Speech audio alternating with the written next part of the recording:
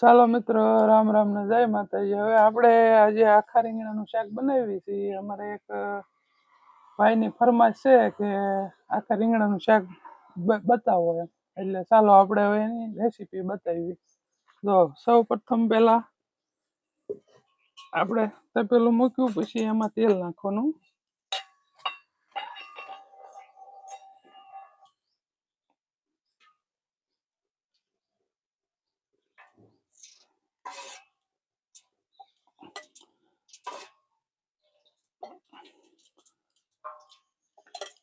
તેલ ને ઘડીક ઊનું થવા દઈએ.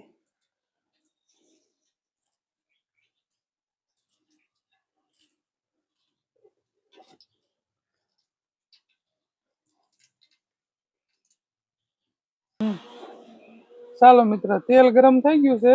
હવે આપણે એમાં જીરું એડ કરી દઈએ. જીરું નાખ્યું.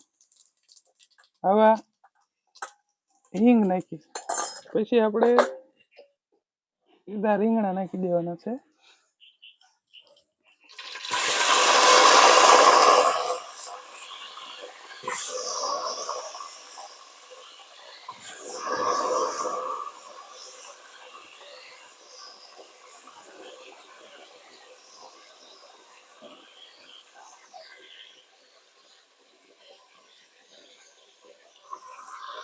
ચાલો, રીંગણાને હવે છે ને તેલમાં સડવા દેવાના છે.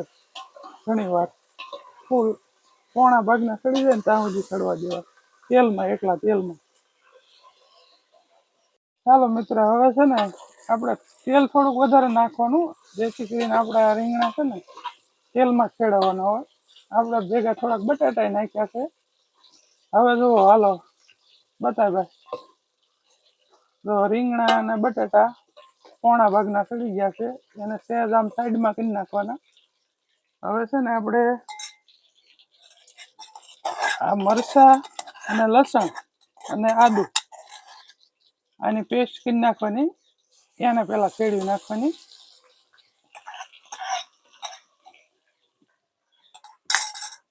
પછી એમાં છે ને આપણે આ ટમેટાની ગ્રેવી નાખી દેવાની.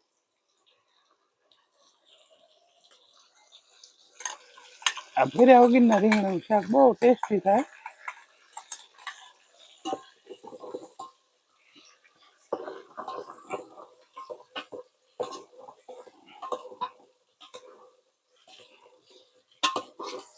બધું મિક્સ કરી નાખવાનું. ટમેટા થોડા કમથા સડે ને પછી આપણે છે ને જો આ તલ છે, શિંગદાણા, એનું મિક્સરમાં મિક્સ કરી મિક્સરમાં કાઢી નાખવાનું. થોડાક ટમેટા સડ્યા પછી એને એડ કરી દેવાનું. અને આમ થોડીક વાર સડવા દેવાનું.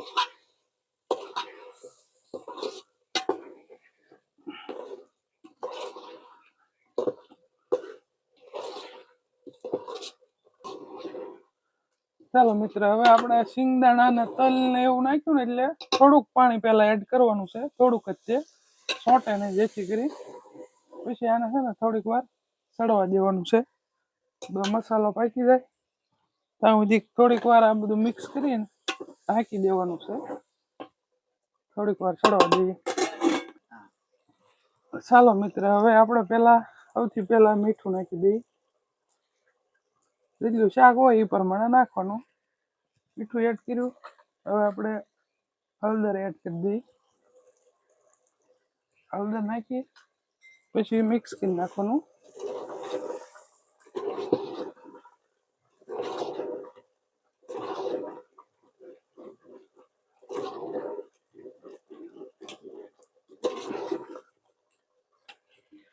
હવે આપણે મરચું એડ કરી દઈએ.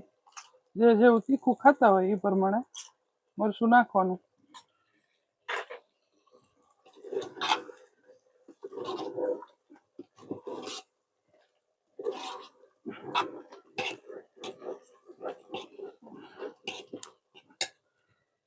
થોડુંક મરચું આપણને ઓછું લાગ્યું એટલે થોડુંક હજી નાખી દઈએ.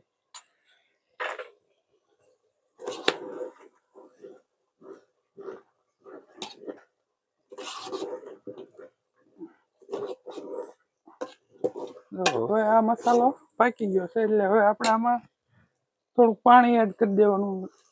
આપણે જે એટલે રસો રાખવો હોય એ પ્રમાણે પાણી એડ કરી દેવાનું.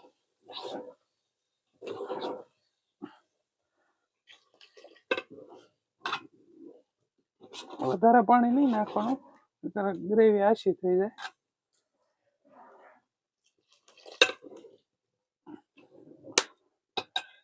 હવે આપણે એને થોડીક વાર ચડવા દઈએ. ચાલો મિત્ર, હવે છે ને આપણે થોડોક આમાં ગોળ એડ કરવાનો છે. બહુ ઝાઝો નહીં, થોડોક. ગોળ ન હોય તો ખાંડ પણ હાલે. બધું મિક્સ કરીને હવે આ શાક તૈયાર જ છે, પણ હવે બધા આપણા મસાલા નાખવાના છે.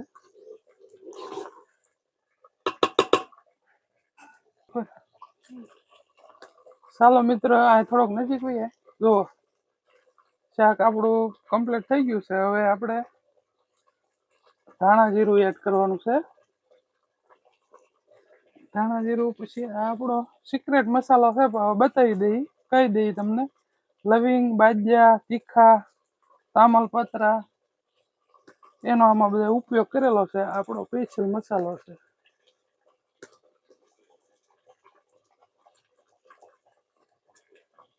પછી આમાં નાખવાના ધનિયા, કોથમરી.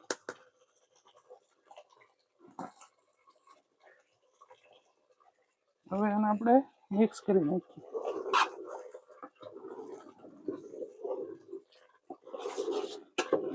જો મિત્ર, શાક જો એકદમ ફૂલ મસ્તીનું શાક.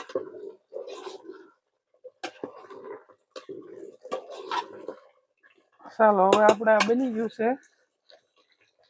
ચાલો મિત્ર, હવે આપણા રીંગણાનું શાક બની ગયું છે. આપણી રેસીપી કેવી લાગી કોમેન્ટમાં કહેજો, અને વિડીયો સારો લાગ્યો હોય તો લાઈક કરો, શેર કરો, કોમેન્ટ કરો. પેજ ઉપર નવા હો તો ફોલો કરો, અને આવા નવા વિડીયો જોવા માટે આપણને ફોલો કરી લ્યો. ચાલો, જય માતાજી.